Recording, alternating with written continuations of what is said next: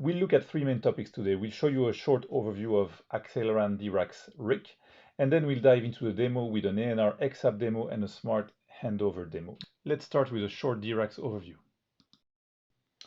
For demos, we'll be using DRAX, which is Accelleran's cloud-native Open RAN platform.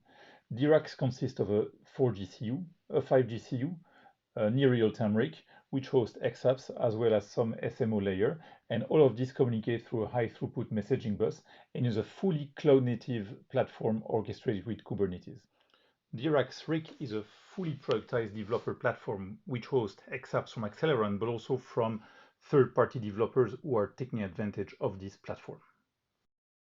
For demo, we have deployed our near real-time RIC on an ARM Graviton platform on AWS, while the 5G CU, the 4G CU, and the other RAN elements are deployed at Accelleran in our lab. The near real-time RIC and the CUs belong to the same Kubernetes cluster. Let's look at our first demo, which is an automated neighbor relationship XApp focused on 5G network, and we'll get you acquainted with the DRAX dashboard. So what we see initially is a 5G cluster of small cells where we don't see any neighbor relationship because the XApp is not yet installed. So what we'll do next is onboard our 5G ANR XApp. To do that, we go to the XApps tab and we choose to deploy the XApp. We first enter the metadata for these XApps, which are basically the name, the release, and how we want to upload the XApp. In this case, we're going to upload a local XApp that we have on our machine. Once this is done, we can go to the XApp tab and we see that this XApp is now loaded and running. Now that the XApp is running, we see directly the effect on the dashboard. We will see the neighbor relationship building up and the 5G small cells clustering as they are geographically located. So you see here building up 3 clusters. If we now add another node to the network, you will see that the algorithm will keep on building the relationship between this node and existing cluster. So that is how our ANR XApp builds automatically neighbor relationship.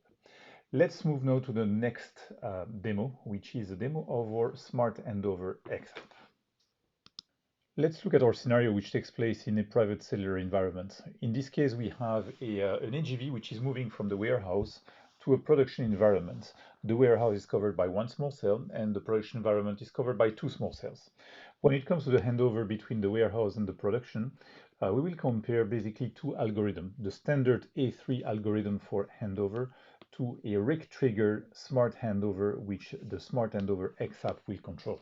It is important to note that when the AGV moves into the production area, it has basically the choices between 2 small cells. One of them is already loaded by 2 fixed UEs representing, for instance, surveillance cameras.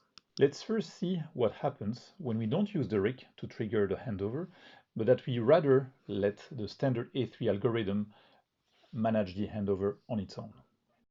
Let's go back to our DRAX dashboard to look at the evolution of the throughput during the movement of the AGV.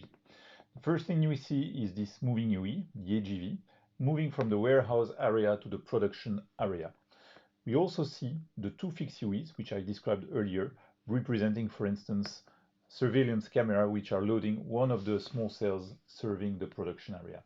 The orange line on the throughput graph represents the sum of the throughput of the 3 UEs which are part of our cluster.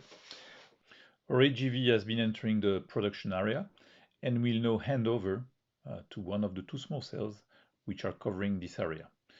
The standard A3 handover algorithm only looks at the RSRP to trigger the handover and will therefore trigger a handover to the strongest serving cell that is available to the UE. In our case, the AGV will attach to the small cell already loaded by 2 other UEs, and as we can see, the total throughput will be impacted by this choice. We've lost more than 10 megabits per second of aggregate throughput following this handover operation. Let's see now how things go when we use our smart handover algorithm, and you will see that things are totally different when the RIC takes over. When the smart handover XApp takes control, it will trigger the handover differently. The AGV will hand over to the least loaded small cell, which in this case is production 1, as you can see on the picture. Basically, the RIC has triggered the handover by taking into account the congestion level of the candidate small cells for handover. So it not only looks at the signal strength, but also at the congestion level. And by doing so, it's going to optimize the aggregate throughput of our UEs which are in the cluster. So what you can see is that the throughput is being maintained before and after the handover, unlike what we've seen in the previous algorithm where the standard handover was applied.